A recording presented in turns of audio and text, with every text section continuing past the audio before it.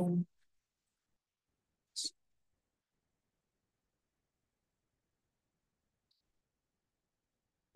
cool. Donc, bonjour tout le monde. Je suis très content de voir que vous êtes toujours présents en grand nombre encore une fois. On commence la troisième saison des Mercredis Recherche. La troisième saison commence avec la 10e conférence qui va être tenue par le professeur Julien Mercier. Le professeur est spécialiste en sciences cognitives appliquées. Il a commencé son parcours en psychologie avec un baccalauréat à l'Université de Trois-Rivières, avant d'entreprendre une maîtrise en pédagogie, suivi d'un doctorat en sciences cognitives appliquées à McGill, sous quelqu'un qui s'appelle la situation de Carl Fredrickson, qui est assez connu, disons, dans le milieu des neurosciences, mais peut-être pour les études informatiques, ça veut pas dire un nom, mais c'est excusez-moi, un grand nom. Le sujet de sa thèse s'appelait Help Seeking and Use of Tutor Scaffolding by Dyads, Learning with a Computer Tutor in Statistics. On peut voir que vous étiez déjà un peu en avance sur les enjeux pédagogiques évoqués par des LLMs comme ChatGPT, puis ça impacte l'apprentissage. En 2014, vous fondez Neurolab, un laboratoire qu'on pourrait qualifier, je pense, d'interdisciplinaire, qui est à l'intersection des sciences cognitives, de la neurophysiologie, de la psychologie et bien sûr de l'informatique. Maintenant, je vais laisser son professeur de décrire mieux que je pourrais les missions et intérêts de son laboratoire. Merci Nicolas pour la belle présentation. Merci Nicolas et Eric aussi pour me donner l'occasion de venir vous adresser la parole. Je suis vraiment très content d'être parmi vous. Mais mon Dieu, Nicolas, tu as vraiment mis la table sur l'essentiel de ce que je voulais dire. Alors, je vous invite à travers la petite présentation que je vous ai préparée, qui se veut interactive en passant. Donc, moi, j'ai présenté quelques vignettes de projets que j'ai menés et ça me permet de dire aussi où je m'en vais dans le laboratoire, quel genre de projet j'aimerais mener. Mais bon, le contenu, somme toute, est moins important que ce que vous pourriez vouloir savoir et me demander. Donc, vous gênez surtout pas là, si vous avez des questions à l'improviste. C'est essentiellement le but de l'exercice.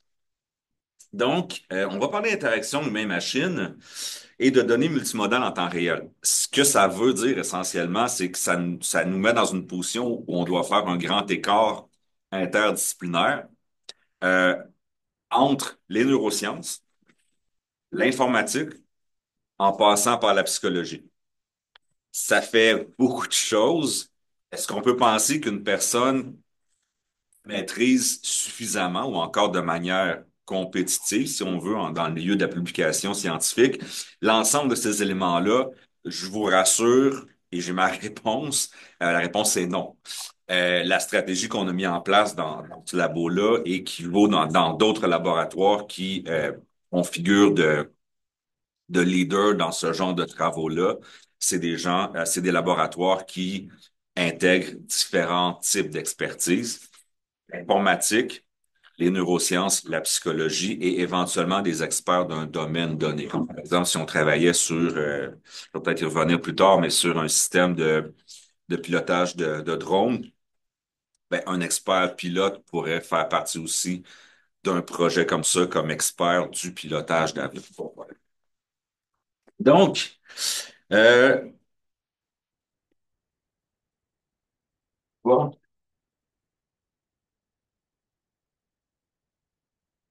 Donc, le défi qu'on s'est donné dans ce labo-là, essentiellement, c'est atteindre la limite de la seconde, donc avoir des données à chaque instant, à chaque seconde, dans le contexte de mesures en continu au sujet de la cognition et des émotions. Donc, ce qu'on fait dans le laboratoire essentiellement, c'est placer des individus dans des tâches soit d'apprentissage ou des tâches de jeux vidéo. Donc, il est question d'interaction humain-machine, comment ces personnes-là agissent, réagissent, interagissent avec une interface dont on fait le design là, selon certains paramètres pour améliorer, par exemple, le plaisir qu'on a dans un jeu vidéo, éviter des accidents dans le pilotage de drone ou maximiser l'apprentissage dans une simulation en physique, par exemple. Donc, euh, l'idée, c'est est-ce que c'est possible de faire du meilleur design d'interface si on a davantage d'informations à propos des participants que l'information qu'ils nous donnent à voir? La recherche utilisateur est basée essentiellement sur des propos que des utilisateurs vont nous rapporter après une expérience, ou plus proche là, de mon idée d'avoir des mesures à chaque instant, on peut observer le comportement de cet utilisateur-là, les choix qu'il fait, comment il réagit dans ce va-et-vient là, interactif entre une commande d'un utilisateur et éventuellement la réponse d'une interface. Bon, ce qu'on nous donne à voir nous raconte une histoire quand même intéressante. Ceci dit, imaginez qu'on a un utilisateur devant une interface donnée, puis on le regarde aller dans la tâche là, qu'on lui demande de faire, peu importe laquelle. Qu'est-ce qu'on peut savoir à propos de ce qu'il pense ou encore comment il se sent au plan émotionnel à travers ce qu'il nous donne à voir? Mais pas grand-chose. C'est cette lacune au plan de ce qu'on aimerait savoir à propos des utilisateurs, puis ce qu'on peut effectivement savoir à propos des utilisateurs, qu'on essaie de combler à travers ce que j'ai appelé là, dans l'autre diapo, les données multimodales. Multimodal, ça veut dire quoi? Ça veut dire tu sors à peu près toutes les bébelles que tu peux imaginer et que tu branches sur un être humain.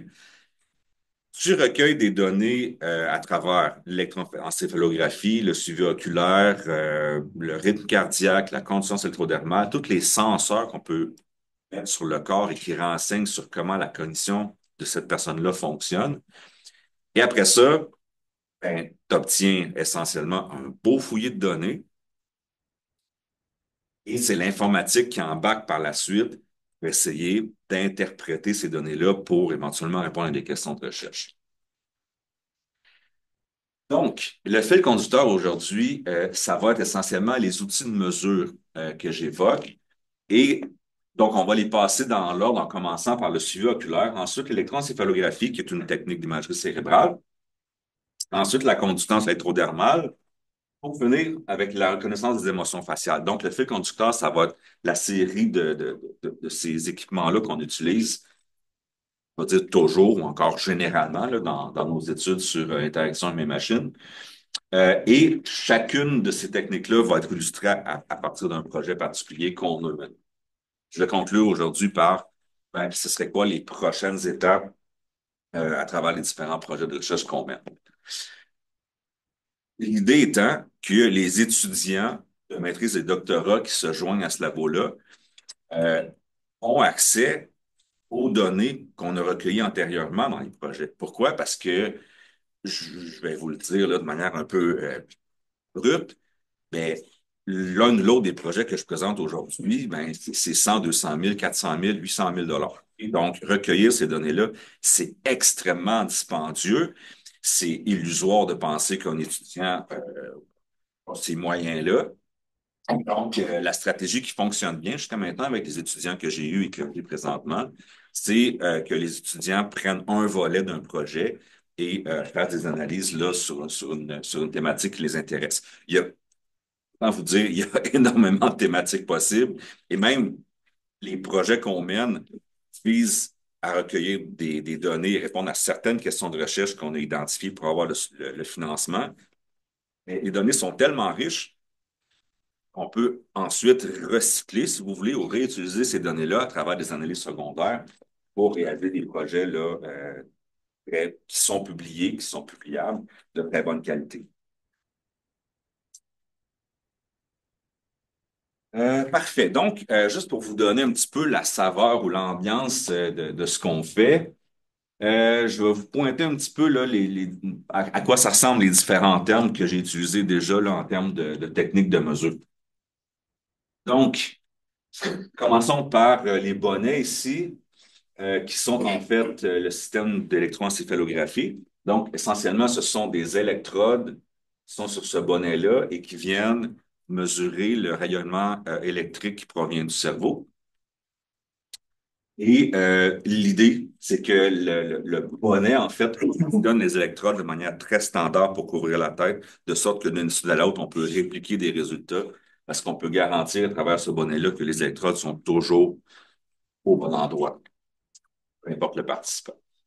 Donc, ça, c'est pour le système de suivi oculaire, d'électroencéphalographie qu'on appelle aussi EEG là, pour faire court. Euh, Julien, oui, est-ce que je peux mettre mon présentation pour qu'on voit mieux? certainement.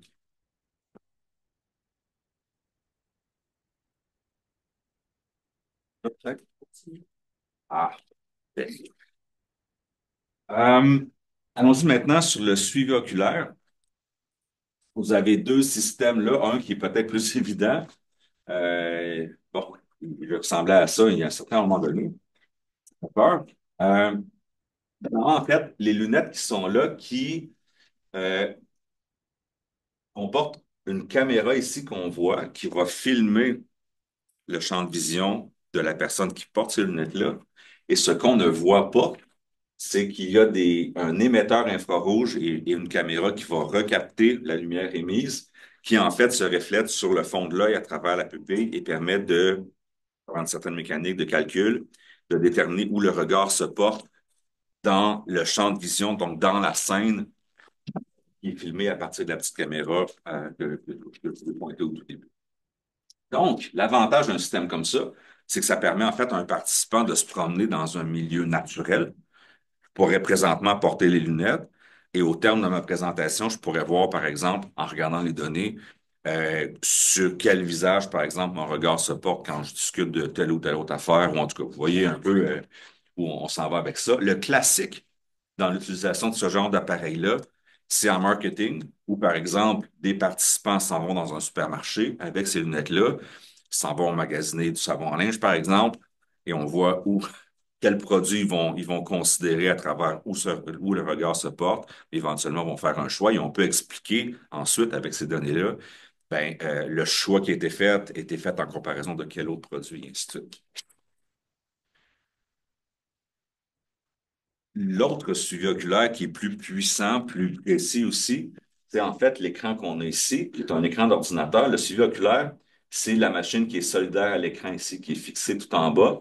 Donc, on retrouve la même logique d'émission et de captation de lumière infrarouge qu'on voit pas, évidemment, qui est ici. Et donc, moyennant un positionnement là, à 60 centimètres de l'écran, euh, l'angle de réflexion de la lumière fait en sorte qu'on voit, qu'on peut déterminer en fait où le regard se porte dans le périmètre de l'écran. C'est beaucoup plus précis, l'information est beaucoup plus dense aussi. Dans le cas du système portatif, on est à 30 points par seconde, 30 points de données par seconde. Ici, on est à 300. Pas si pire, 300. Euh, pour certains, les sujets, en fait, les plus exigeants au niveau de la recherche au plan du suivi oculaire, c'est la lecture. Les yeux d'un lecteur expert se posent très rapidement sur les parties d'un texte. Mais pour des études sur l'interaction de mes machines, 300 points par seconde, c'est presque de l'overkill, je vous dirais. Vous avez ici le mesh du visage, si vous voulez, qui est en fait notre logiciel de reconnaissance d'émotions faciales. Les émotions d'un visage sont signalées à travers la configuration, le positionnement de certains muscles. Et en fait, c'est facile.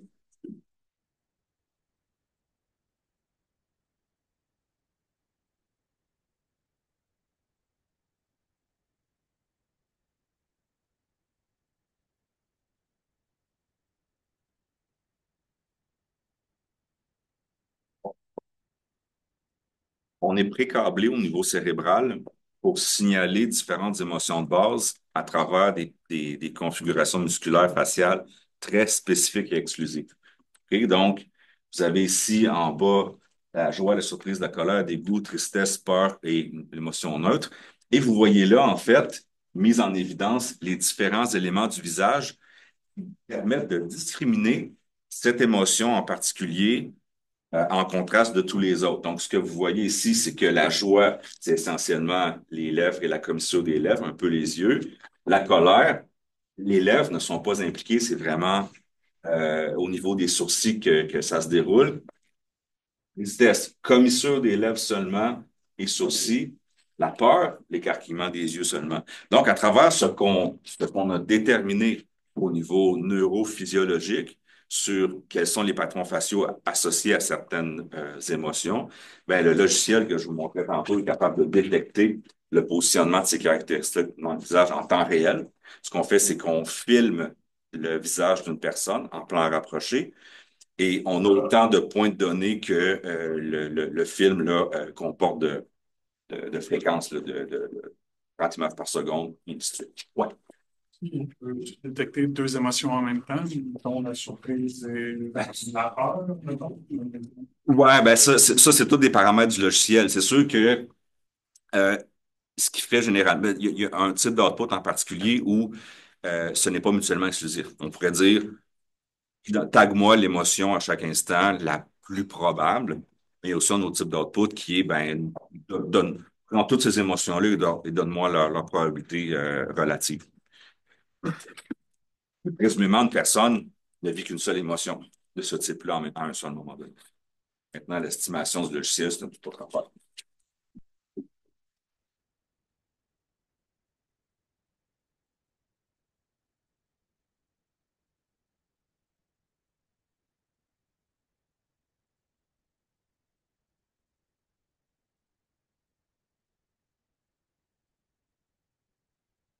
OK, un petit exemple. Euh, Relativement aux lunettes, donc de suivi oculaire portatif, je vous emmène un petit peu loin. Je fais une petite écartade là, vers un sujet qui est peut-être un peu plus loin de l'interaction humain-machine. Ce n'est pas la vraie image, c'est la vraie image, mais présentement, dans le laboratoire, à l'UQAM, on a reconstruit à l'identique une tombe égyptienne. Et à partir de photos absolument extraordinaires. Donc, la tombe qu'on a, la reconstruction a coûté une fortune. C'est un objet de musée. C'est destiné éventuellement à être donné à un musée. Et donc, faut savoir que les parois des tombes égyptiennes, à travers l'iconographie qu'on a là, racontent une histoire. Et les gens, à cette époque-là, savaient comment parcourir la paroi pour décoder et éventuellement prendre connaissance de l'histoire qui est racontée. Alors, avec la tombe qu'on a actuellement et les lunettes de fibre oculaire, on prend des personnes de notre époque, des naïfs et des gens plus experts, et on compare comment ils appréhendent la lecture, entre guillemets, d'une scène comme ça sur la paroi de la tombe. Donc, ils arrivent dans le laboratoire, on leur met les lunettes et ils s'en vont se promener finalement dans cette tombe qu'on a reconstruite à l'identique.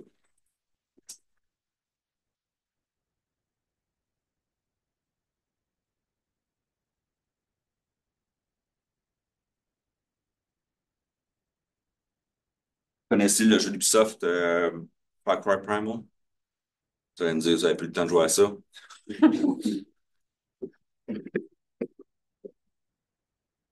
Donc, si vous avez joué à Far Cry ou à d'autres jeux d'Ubisoft, vous allez certainement reconnaître les splash screens comme ça. Pendant que ça vous dit quelque chose. Les tutoriels en 3 panneaux comme ça qui sont le classique chez Ubisoft. Alors l'idée, dans les premiers moments d'un jeu qui sont scriptés, il y a une partie du script qui vise l'apprentissage des nouvelles mécaniques dans le jeu. Et donc, il y a une petite histoire là, très linéaire dans le début du jeu qui vous amène à faire certaines actions de sorte que vous savez ensuite quoi faire au moment opportun plus loin dans le jeu, quand vous êtes libre de faire ce que vous voulez. Alors, les fameux tutoriels prennent la forme suivante. Image, image, image, texte en dessous qui explique chacune de ces images-là. Donc, une séquence d'images avec le texte en dessous. Si vous regardez le suivi oculaire, la question étant, est-ce que ça fonctionne bien, ces tutoriels-là, chez un joueur typique? OK? On a accueilli 30-40 joueurs dans le laboratoire. Et un des patrons, ce que ça donne, le suivi oculaire, si vous voyez, plus c'est rouge, plus on observe une densité de fixation à cet endroit-là. Donc, en fait, ce que ça nous indique, c'est plus c'est rouge, plus le regard d'une personne s'est porté strictement à cet endroit-là. Si l'image est telle quelle, donc pas ombragée de jaune et d'autres couleurs du genre, c'est donc que la personne n'a pas regardé à cet endroit-là dans la scène. Donc, ce qu'on voit, c'est un peu de fixation sur les images. Maintenant, quand on regarde ensuite, le temps dévolu à l'examen visuel de ces éléments-là, c'est de l'ordre de la seconde. Donc, ce que ça veut dire, c'est que les joueurs ne consultent pas ce matériel-là. C'est pas possible humainement de comprendre ce qu'on explique ici à travers le peu de temps qu'une personne va consacrer à l'examen de cet élément-là. Donc, imaginez, c'est un cas de figure, mais imaginez tout ce qui est possible de faire avec le suivi oculaire dans un contexte d'interaction humaine-machine. Vous mettez une fonctionnalité à quelque part sur votre interface, vous vous interrogez par exemple sur le positionnement des messages d'erreur dans une application. Le suivi oculaire va vous donner des réponses très, très claires sur c'est quoi le délai, par exemple, entre l'apparition d'un message d'erreur et la réaction éventuelle de l'utilisateur par rapport à ce message d'erreur-là, en commençant par le délai que ça a pris entre l'apparition du message d'erreur et éventuellement la lecture ou l'examen de cet élément-là par nous. Juste pour vous donner. As-tu un peu de sens ce que je raconte? Ouais. Merci.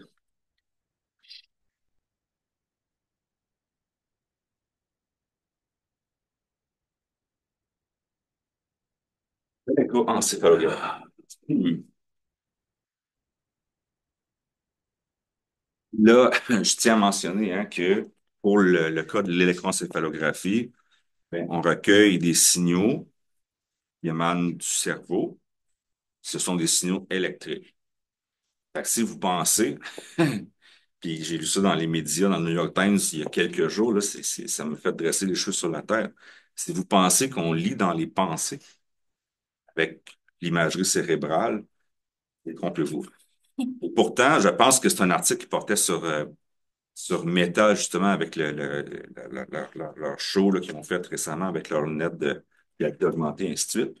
Et on ne peut pas suivre les pensées d'une personne en temps réel, comme s'il y avait une espèce de board comme dans le métro là, qui nous défilait dans le front là, puis qui nous dit ce qu'on pense. Et oui, ça, on peut le faire. Vous savez comment on peut le faire? On peut obtenir cette information chez une personne. On appelle un protocole à voix haute. Comment dit, on va faire une tâche et on demande à la personne de verbaliser ce qui lui vient en tête. Ça, on va avoir comme le truc qui lui défile dans le front. Elle va vous le dire. Ouais. Puis là, non, non, c'est pas du tout. Ouais. Une question concernant le G. Ouais. Si on se fait au pipeline classique, en sciences cognitives, perception, représentation, Ouais. raisonnement, Exact. action, Ouais. est-ce que le EEG permet de dire l'activité actuelle là est s'agit d'une perception? L'activité maintenant dans la seconde S2, il s'agit d'une représentation. Et puis raisonnement, est-ce que ça le permet? Il y a deux paradigmes au niveau de l'EG. Il y a ce qu'on appelle les potentiels évoqués ou Event-Related Potential, ERP. OK. Et ça, il y a des composantes dans un signal qui ne dépasse pas une seconde. OK? On a un potentiel évoqué à 100 millisecondes, 200 millisecondes, 300 millisecondes, 400, 600. Puis il y a des polarités. Donc, N400, c'est négatif, P600, c'est positif. Où je vais en venir, c'est que les éléments les plus interprétables, on va à la théorie, qu'on a à propos de l'EEG sont issus de ce paradigme-là. Ce qu'on doit faire, c'est répéter un stimulus ou des catégories peu nombreuses de stimulus pendant plusieurs fois, comme des dizaines de fois, en fait, 50 fois, par exemple. Une catégorie de stimulus, de stimuli, 50 autres fois, une autre catégorie qu'on va comparer ensuite quant à ce fameux ERP qu'on obtient. Et donc, il faut moyenner toutes les réponses cérébrales sur cette cinquantaine de stimuli-là d'une sorte, moyenner sur les autres stimuli.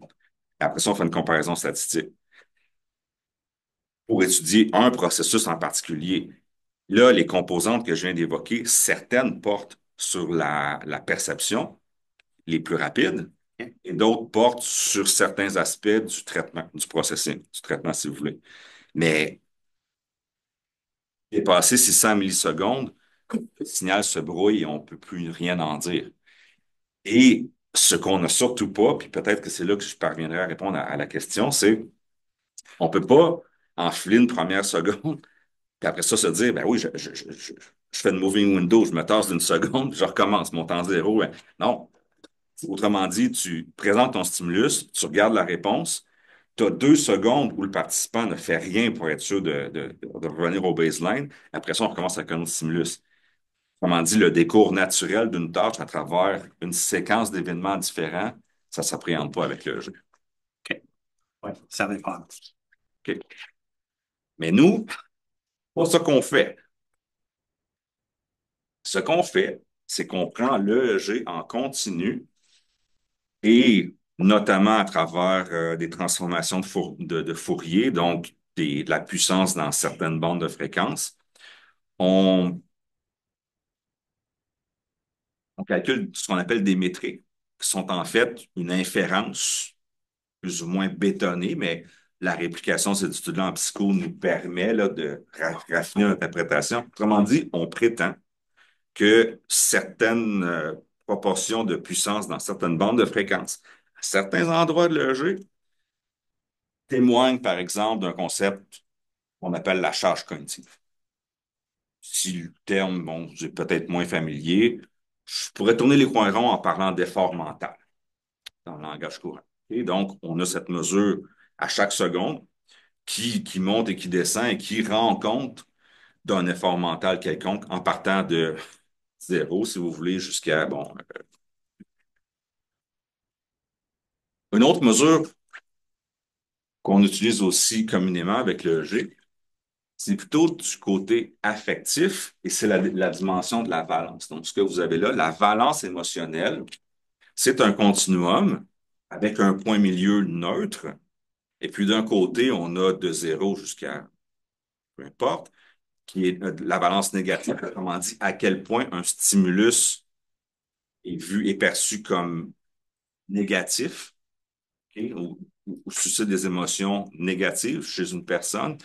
Et à l'opposé, on a à quel point un stimulus pourrait être considéré comme positif. Donc, c'est une des dimensions des émotions, ça, d'être neutre, négative, plus ou moins, ou encore positive dans une certaine mesure. Ce que vous avez là, en fait, c'est le décours temporel sur 90 minutes de jeu avec le même jeu d'Ubisoft de tantôt. Donc, vous avez, au fil du temps, cette espèce de variation continue de la balance émotionnelle. Ben, le défi qu'on a, c'est bien beau d'avoir cette courbe. OK? Puis là, on peut dire, ben, OK, la balance a varié de temps. Oui, mais quoi? Ce qui est majeur et ce qui est relativement énergivore dans les projets qu'on mène, c'est que cette courbe-là qu'on a sur toute l'expérience dans l'utilisation d'une interface, par exemple, ben, doit être segmentée pour, après ça, pouvoir être comparé notamment. Donc, ce qu'on a ici, les différents éléments qui sont là, vont codifier pour un participant, ça peut varier d'un participant à l'autre, les différents éléments du scénario qu'on lui fait parcourir dans l'interface. Là, dans ce cas-ci, dans le cas du jeu vidéo, ben, au début, on avait une introduction qui est une espèce de film mise en contexte dans le jeu. Après ça, une première étape qui est ben, apprendre à se déplacer. Après ça, une deuxième étape qui est apprendre à utiliser la vision nuit dans le jeu, et ainsi de suite. OK? Donc, euh, ces éléments-là, ensuite, peuvent appartenir à des catégories plus générales, où, par exemple, ça ici, ça ici, ça ici, ça ici, ça ici, c'est considéré comme une seule et même chose. Donc, je vais moyenner cette courbe-là pour ces éléments-là et je vais éventuellement comparer avec la moyenne d'autres éléments qui gagnent à être comparés entre eux. Qu'est-ce qui décide? Qu'est-ce qui est comparable ou pas? Ben, c'est du ressort de la psychologie, c'est de dire, ben, ce qui s'est passé là-dedans devrait susciter certaines réactions, en principe, chez cet être humain-là, et cette réaction devrait être différente dans ces contextes-là versus dans les autres contextes où il y a un peu la espèce de dynamique analytique qui s'installe. Une question. Est-ce que vous avez déjà testé avec des jumeaux identiques, voir s'il y avait c'est le même encéphalogramme pour savoir au Ouais. même moment s'il y avait les mêmes réactions, là? Non, je comprends. Euh, ça serait assez majeur. Les études sur les jumeaux, il y a un premier problème important, c'est d'en trouver. OK? C'est un bon problème. C'est un gros problème. Euh, on va pas là. Ceci dit, évidemment que c'est bien beau de parler d'une courbe, mais c'est quoi la standardisation derrière cette courbe-là, ben, il y a toutes sortes de manières de faire ce qu'on appelle un baseline. Autrement dit, on prend chaque personne pour ce qu'elle est, puis on calibre cette courbe-là selon l'état de base là, qu'on connaît au départ. On place les participants au début systématiquement dans certaines circonstances où on ne demande de rien faire. Et puis après ça, ben, on moyenne là-dessus. On standardise là-dessus.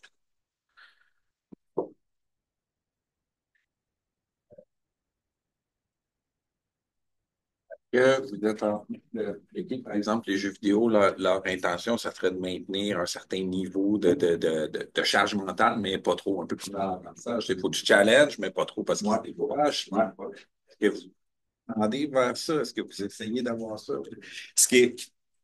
Vous comprenez ma question? Oui, absolument. Ben oui, ça m'empêche de dormir, ta question, en fait. Ouais, ben franchement. Euh, Je suis cruel comme ça. euh, C'est quoi ce point d'équilibre-là? C'est quoi le sweet spot? c'est un problème d'optimisation, mais l'enjeu qu'on a, c'est que même à travers tout ce qu'on sait en sciences cognitives, en psychologie, en neurosciences, euh, pour avoir des hypothèses de départ. Autrement dit, on pourrait dire, comme par exemple, prenons une question qui m'amène à un capteur que j'ai négligé, mais bon, bien produit, la question de l'arousal, un état d'activation généralisée du corps. C'est deux capteurs, deux électrodes qu'on place sur les phalanges ici, sur les deux doigts. Et la microstimulation de la peau euh, nous renseigne sur, je vais prendre un mot du langage de tous les jours, sur une espèce d'état plus ou moins stressé, si vous voulez. Le terme n'est pas très juste, OK, mais bon, malgré les précautions, je vais prendre ce terme-là. Alors, pour revenir à ton exemple, à ta question, Eric, c'est poser la question, donc sur 90 minutes de jeu, quel pouvait être le niveau de stress ou d'activation idéal qui pouvait prédire en fait une question qu'on a posée à tous les participants suite à leur expérience. On a posé plein de questions. J'en prends une qui a l'air banale, mais regardez bien comment ça devient le fouillis pour l'expliquer. Au terme de l'expérience de jeu, on a posé une question avec un format Likert de 1 à 10.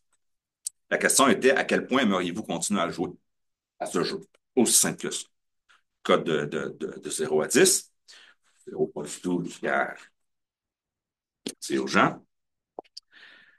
On s'est dit, ben, maintenant qu'on a la même forme de courbe analogue avec l'arousal, ce stress, peut-on expliquer au niveau du vécu de stress sur l'épisode de jeu, qu'est-ce qui prédit le mieux une réponse positive à l'effet de vouloir jouer à nouveau? On avait trois choix. On fabule un peu. La théorie nous dit peu de choses. La théorie sur tout ce qui est mesure en continu chez l'humain, elle est très incomplète. L'humain, on le décode, on fait du reverse engineering à propos des êtres humains pour savoir comment on fonctionne, alors qu'on ne s'est pas créé, OK? C'est souvent pré-test, post-test. Je prends des mesures, je te fais vivre quelque chose. Je prends d'autres mesures, je regarde le changement. Idéalement, le cas classique, j'ai un autre groupe qui vit quelque chose de différent, ou rien pantoute, sur lesquels je prends des mesures pareilles que je compare. C'est cette mécanique-là. Donc, cette idée d'avoir une densité d'informations fine dans le temps, c'est un paradigme nouveau et on n'a à peu près aucun paramètre ou aucun garde-fou théorique qui nous permet d'avoir des idées de départ, hypothèses raisonnables. Je reviens à mes choix possibles. On s'est dit, ben, y a-t-il un niveau optimal, genre peut-être pas trop élevé, pas trop bas, d'arousal ou de stress qui permettrait de mieux prédire, par exemple, qui serait le plus associé à une réponse favorable au fait de rejouer, où on s'est dit, dans un autre cas, on s'est dit, est-ce que c'est plutôt un stress maximal, par exemple, où genre la personne est vraiment en état d'alerte, donc puis là, on ne sait pas l'alerte, on ne sait pas si c'est négatif ou positif, c'est juste un niveau d'activation, là. La personne est vraiment dedans en termes d'activation. Ben, il s'est avéré, en fait, que c'était ni un ni l'autre. C'était la quantité de variation de ce stress-là dans le temps. Donc, plus ça variait, ben ça, c'était corrélé éventuellement avec le fait de vouloir rejouer. Donc, la réponse à la question, ben, c'est il n'y a pas de niveau optimal. Ce qu'on veut susciter comme réaction de type stress, c'est plutôt une variation maximale, pas tant un état constant qui sera optimal. On va à la pêche. Je trouve ça vraiment désagréable de vous dire ça. Imaginez, moi, je viens de psycho, puis c'est genre, je veux des hypothèses raisonnables à tester sur la base de la théorie pertinente. J'ai besoin de, à partir des sciences cognitives, j'ai besoin de savoir, d'avoir des a priori sur, mais regarde, la cognition humaine, là, ça marche comme ça. Et maintenant, j'applique ce que je sais dans un contexte d'interaction humaine-machine et je teste des idées raisonnables ou des alternatives raisonnables. Là, je vous arrive avec des alternatives bon, peut-être du sens au plan du raisonnement, et quand tu peux pas puiser dans la littérature scientifique qui existe, tu avances à tâtons. Et c'est désagréable. Est-ce que c'est innovant? Oui. Est-ce qu'on a bien du fun? Oui. On a du fun. Tu arrives pour publier, tes reviewers te disent de quelle planète viens-tu? Ben, de psycho, de neurosciences, d'informatique. Bon. Ben, quand tu pognes trois arbitres, les représentants de chacun de ces domaines-là, chacun va te dire des choses bien différentes à propos de ton papier. Recommence, mon ami. C'est souvent ce que ça veut dire. Oui, bon, désolé, ouais, je vais pas m'excuser non plus, mais bon, je formule ma question. Bon, T'en prie. je voulais savoir, parler justement de la question de trouver une association qui a l'air un signal assez significatif entre les variations Ouais, ouais. dans le Russell, puis une réponse positive à vouloir rejouer. Mais ça, mettons, je sais que c'est dans le contexte d'un certain nombre de participants, mais est-ce que vous considéreriez ça comme un signal fort ou comme une association un petit peu plus difficile à établir dans un ensemble de signaux très hétérogènes, mettons? Ouais. C'est sûr que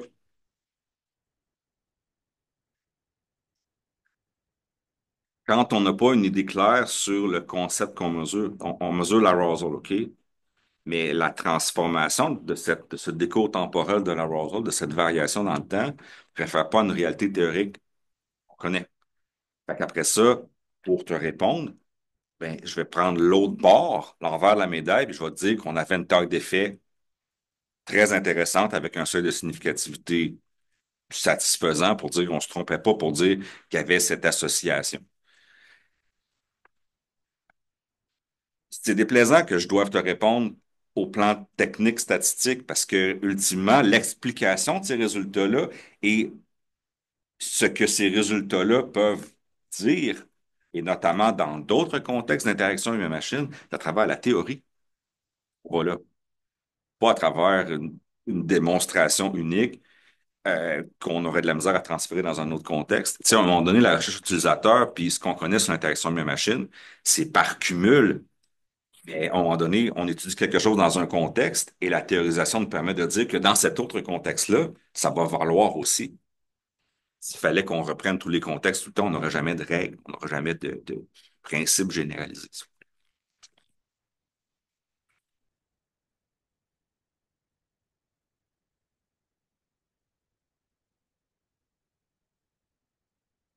Ouais. Fait que là, ce que je vous ai dit jusqu'à maintenant, c'est on est capable de codifier, avec tous les bémols que j'évoque, certaines réponses cognitives et affectives de notre humain. Et on a beaucoup travaillé sur aligner tout ça sur une résolution temporelle de 1 seconde. L'effort mental dont je parlais tantôt, c'est un exemple, ça, qu'on est parti de la recherche fondamentale et dans le lab, on a poursuivi cette recherche fondamentale-là. De tout, on ne fait pas ça, on fait de la recherche appliquée sur le développement d'interaction humaine-machine. Mais on avait des recherches fondamentales qui nous disaient, ben, on a un point de données aux 4 secondes. Mais nous, on a tout le reste, on l'avait à 1 seconde et une métrique importante, la fatigue, l'effort mental, on l'avait aux 4 secondes. Donc, toutes les analyses venaient contraindre finalement à un point de données aux 4 secondes. Donc, on a fait un petit peu de mathématiques et on a finalement proposé cette métrique-là maintenant qui est une résolution et une validité acceptable au niveau de la seconde. Bon, ça, c'est un côté. Tu as ton humain, tu es capable de appréhender à chaque seconde Dans l'interaction avec ma machine, ce qui te manque, c'est l'autre, c'est l'envers de la médaille, le contexte, ce qui se passe du côté de l'interface. Pourquoi on a eu tant de fun avec un jeu vidéo comme Ubisoft? C'est que l'univers, qui est un système fermé, donc le jeu vidéo, tout ce qu'il y a dedans, les personnages et ainsi de suite, c'est tout codifié et enregistré. Donc, on avait 2 fois par seconde pour vous livrer des secrets, là. J'espère que la NND me rattrapera pas. Euh, et donc, les données des joueurs sont transmises 2 fois par seconde sur l'état complet du jeu. Quels sont les personnages, puis le personnage principal, évidemment, qu'on voit pas, est à quel niveau de point de vie, à quelle arme il a, et ainsi de suite, son inventaire, tout ça. On avait ça complètement en temps réel. Donc, toute la modélisation du contexte, on l'avait dans une résolution temporelle adéquate. On a l'humain à chaque seconde. On a le contexte, l'interface, 2 fois par seconde, ramené sur une seconde. Euh, Imaginez que si vous prenez n'importe quelle interface que ça vous tente d'examiner avec un être humain, imaginez le travail que vous allez avoir à faire, peut-être de codage manuel sur, ben, l'humain, on l'a à chaque seconde, mais l'état du système, lui, c'est un log ou en tout cas, des fois, c'est plus compliqué. Donc, c'est bien beau l'humain à chaque seconde, mais ça prend l'interface aussi à chaque seconde.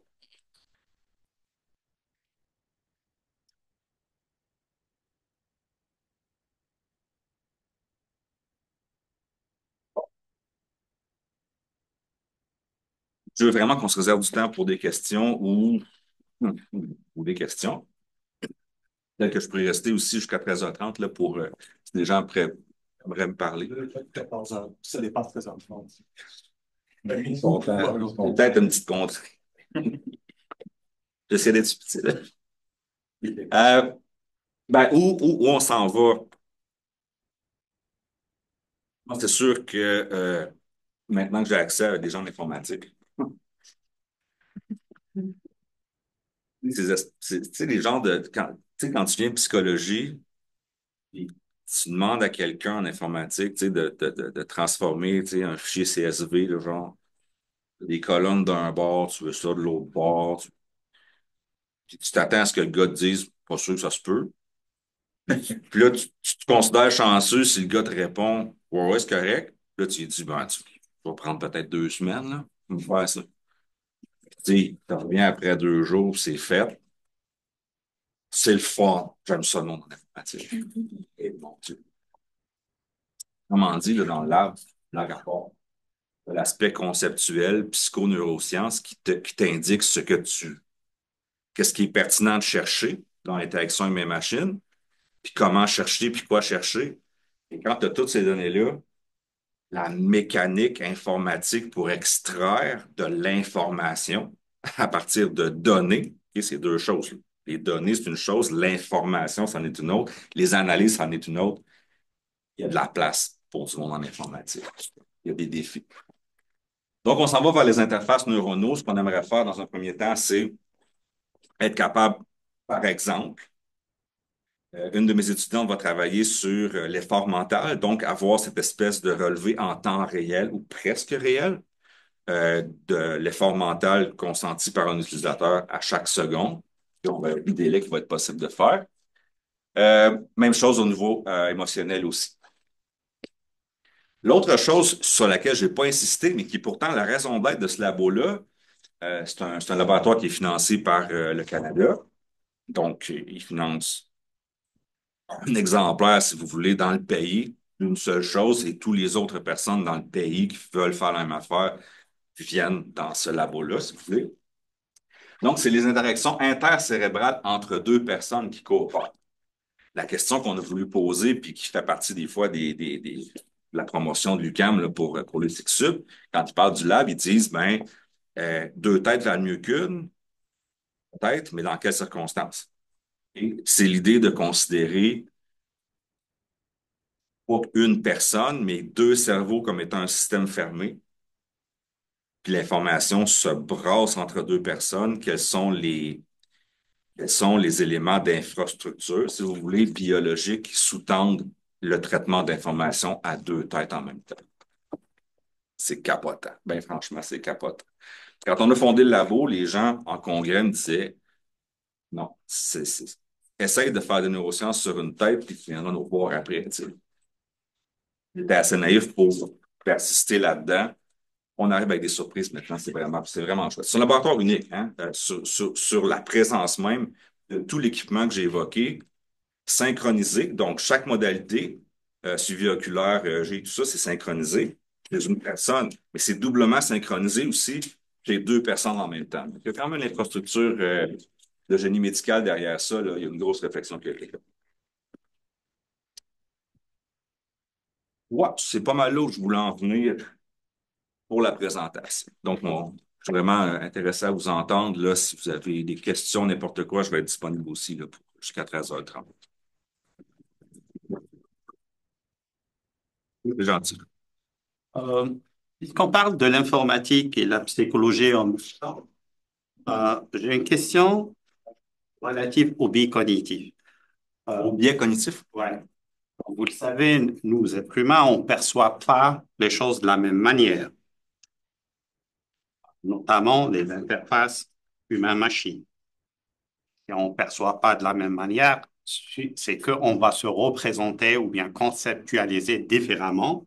Par conséquent, on aura un raisonnement différent, on prendra des actions différentes qui peuvent être un outil de mesure et d'évaluation de l'interface. Je sais qu'on ne peut pas éliminer les biais carrément, mais dans vos travaux-là, à quel niveau vous prenez la réduction ou bien la minimisation des biais cognitifs? Que le travail, excusez, l'amélioration se fait sur l'interface. Donc, les utilisateurs, on ne travaille pas sur les êtres humains. On peut améliorer dans un sens, on va favoriser un type bien précis, une catégorie de personnes au détriment des autres. Ben, OK. La question est complexe, hein? Ouais, je sais. D'ailleurs, ça m'a pris une tâche cognitive. Ah non, c'est bravo. Euh, c'est vrai on a tendance à dire que si on veut jouer sur l'interaction humaine-machine, autant modifier la machine, c'est plus simple. Oui, sur le hardware, entre autres. L'humain, le hardware est comme assez cané, hein? Ça fait longtemps que ça n'a pas bougé. On a le même cerveau que les Romains du temps, hein? On a le même câblage. C'est les connaissances, c'est le software qu'il y a dans notre tête qui est différent. Où je vais en venir, c'est que, ben, premièrement, pour des études chez des êtres humains, la règle de base, c'est contrôler les éléments importants pour une étude qui peuvent biaiser les résultats quand on les connaît à travers la théorie. Donc, on contrôle ce qu'on peut contrôler, sinon on laisse au hasard. Le hasard est un grand normalisateur ou it's a great equalizer. Okay? Donc, on laisse au hasard. Ce que ça présuppose, c'est qu'on va avoir une taille d'échantillon conséquente pour laisser jouer ce hasard-là. C'est la logique des grands nombres.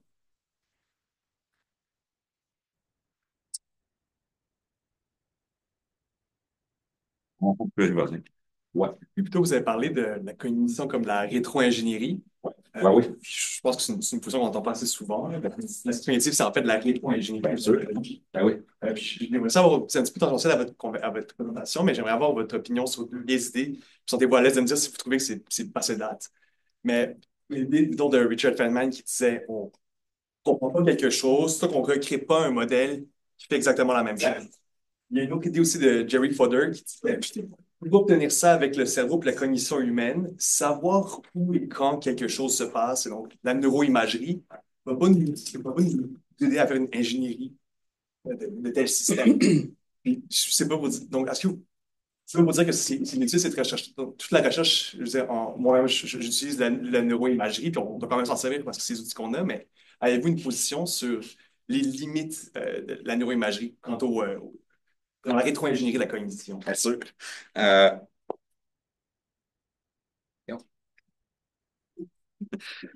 ben, premièrement, faut vraiment.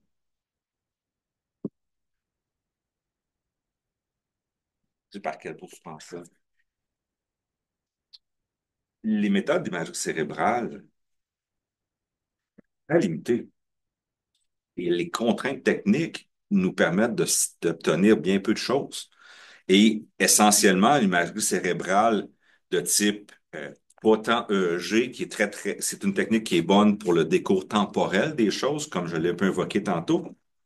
Mais l'imagerie par résonance magnétique est plutôt mauvaise sur le décours temporel des choses, mais plutôt bonne sur la localisation des zones impliquées. Les zones impliquées, ce sont des zones différemment impliquées dans la performance de deux tâches qui se différencient sur une chose minuscule. Et ça donne une espèce de boxologie, si vous voulez, où on comprend le cerveau comme telle région est associée à telle chose. Non, telle région est impliquée, mais pas exclusivement dans une performance cognitive, mais plutôt différentiellement, parce que les études comparent deux tâches différentes, mais très proches l'une de l'autre. Donc, en clair, la psychologie nous dit énormément de choses et beaucoup plus de choses que les neurosciences. Où je vais en venir sur et maintenant, ça me permet de répondre à la première partie de ta question. Tu disais, la modélisation est-elle la preuve ultime en sciences cognitives? Certaines personnes vont dire oui. Euh, c'est, je ne suis pas en philosophie des sciences cognitives. Je vais pas me prononcer. J'aurais peur un peu. Dans ce temps-là, j'aime mieux ne rien dire. Ceci dit, les sciences cognitives requiert des preuves de type mécanistique. On doit savoir ce qui se passe et on doit savoir comment ça se passe. Autrement dit, s'il y a un raisonnement, s'il y a, vous faites n'importe quoi au plan de la cognition qui n'est pas automatique, un calcul, par exemple, n'importe quoi. Prenons un exemple très bête de calcul arithmétique.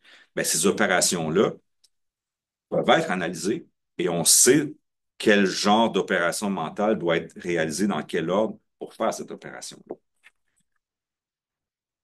Et on sait est-ce qui supporte cette opération mentale. Je ne sais pas si j'ai été clair.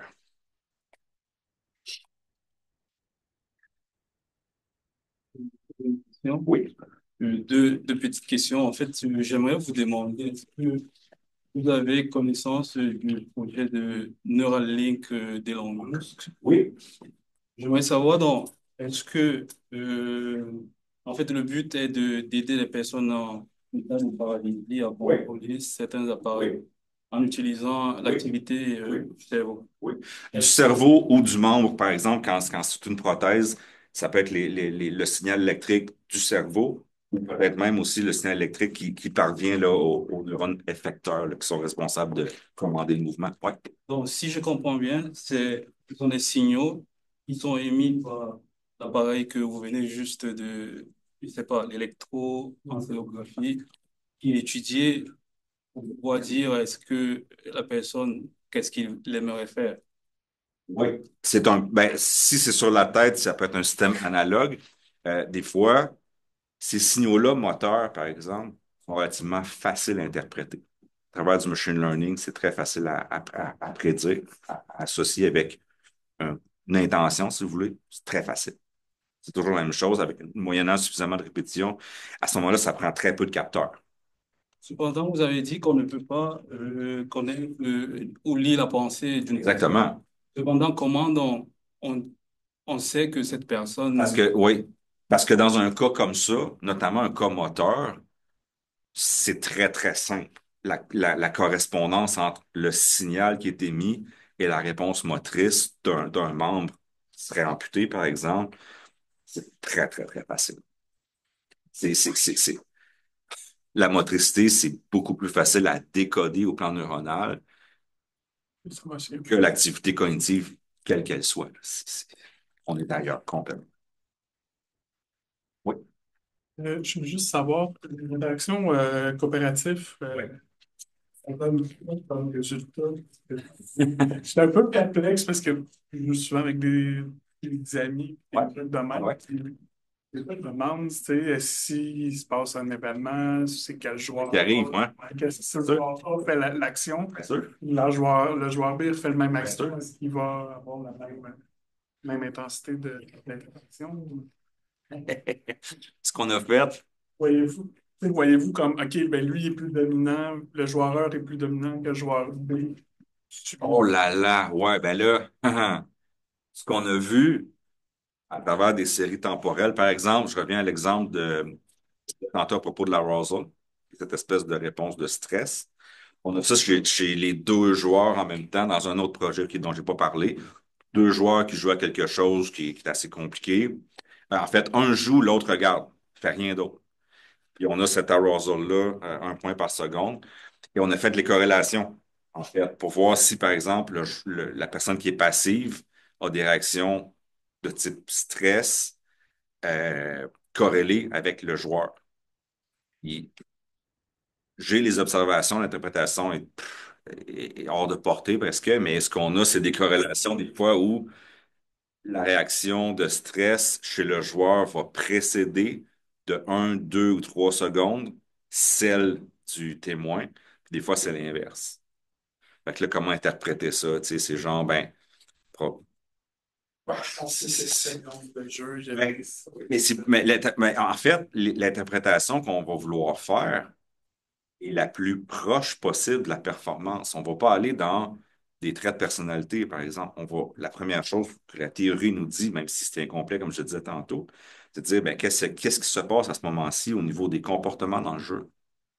Permettrait d'expliquer une réaction du joueur actif ou du témoin. Euh, là. Admettons que je veuille créer un casque de réalité virtuelle et que j'ai besoin de personnes, de sujets pour pouvoir faire mes recherches. Vous pensez que j'aurais besoin de combien de personnes environ? Ça dépend de la question de recherche. Ça dépend de la question de recherche. Mais généralement, c'est que si on prend des mesures chez des êtres humains, euh, les groupes doivent être au minimum de 30 personnes pour que les statistiques plus générales puissent s'appliquer. C'est garoche un peu, mais bon, ça donne une grandeur, là, mais 30, c'est le strict minimum, hein. C'est ça. C'est compliqué de faire la recherche avec des êtres humains. Ça prend des ressources et du temps aussi. Donc, justement, ça rejoint un peu ça. Certaines des recherches que vous avez faites étaient très dispendieuses, c'est de l'équipement très spécialisé. Ouais. J'ai travaillé dans le domaine des tests de jeux vidéo, Ouais.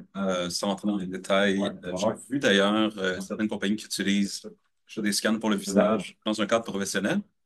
Quelque chose que j'ai pas vu, par contre, c'est utiliser des technologies de suivi du regard qui sont déjà présentes dans les casques de réalité virtuelle pour collecter des données. Ouais. Est-ce que une des raisons pourquoi c'est pas fait justement dans le développement ou pour analyser le sentiment des joueurs, c'est pourquoi est-ce que ça se ferait pas? Est-ce que c'est parce que les environnements changeraient trop, que le taux de variance au niveau des individus? Je pense que, en tout cas, en contexte industriel, mon expérience est à l'effet que la pression du temps. Parce que la recherche utilisateur qui prend un certain temps, ça veut dire que la production est comme donne-nous nos réponses pour hier parce qu'on dit qu'on avance, il faut avancer. Donc, ce que ça veut dire souvent, c'est que les données avec le moins d'inférences possible vont être priorisées. Les entrevues post-expérience subjective où le participant, le testeur, tu sais, répond à des questions, t'as-tu aimé ça, ça se moyenne tout seul, en 5 minutes, t'as tes résultats. Ça, tu t'en vas vers des méthodes un peu plus objectives, peut-être, mais très réductionnistes, où là, l'inférence entre ta mesure, ton signal, comme par exemple le suivi oculaire, où le regard se porte, et les inférences que tu vas faire sur comment le joueur a réagi, c'est des inférences longues comme le bras qui demandent la théorisation qui n'est pas toujours disponible dans l'industrie, de un, puis de deux, qui demandent du temps. Ouais, ben c'est ça. Mon Dieu, je suis bien désolé. On va voir, D'habitude, ça dure jusqu'à 2 heures, mais bon. Ça veut dire quand même, il n'y en a pas, mais c'était super intéressant, je pense. utile. Si ça vous tente de jaser de la chose, c'est toujours possible de me rejoindre par courriel, prendre un petit café. Si le cœur vous en dit. Mais encore une fois, merci d'avoir été là. Merci pour la participation. C'est vraiment chouette. J'ai rien dit. OK. Ben, je vais me commettre. Si jamais vous voulez voir le laboratoire, c'est possible aussi, peut-être à ce moment-là, d'ici une semaine, mettons qu'il y a des gens intéressés, il faudrait qu'ils se manifestent d'ici la fin de cette semaine, de sorte que je fasse une rencontre de groupe. Ce que je vais proposer, c'est d'aller sur la page, reprenez le même questionnaire, Puis dans la question, pourquoi vous venez, dites que vous voulez visiter, puis vous êtes capable de voir qui veut venir. Un peu. Ouais, OK. Bon. Je finis sur faire un peu de pub pour la prochaine conférence aura lieu juste le 30 octobre dans 4 semaines. Ce sera Joël Lefebvre qui nous parlera encore on sera en neuroinformatique. Oui, on reste à peu près le même temps, on s'en va encore plus dans le cerveau. C'est cool son affaire. C'est vraiment cool. Merci beaucoup tout le monde. Merci, Julien. Bravo.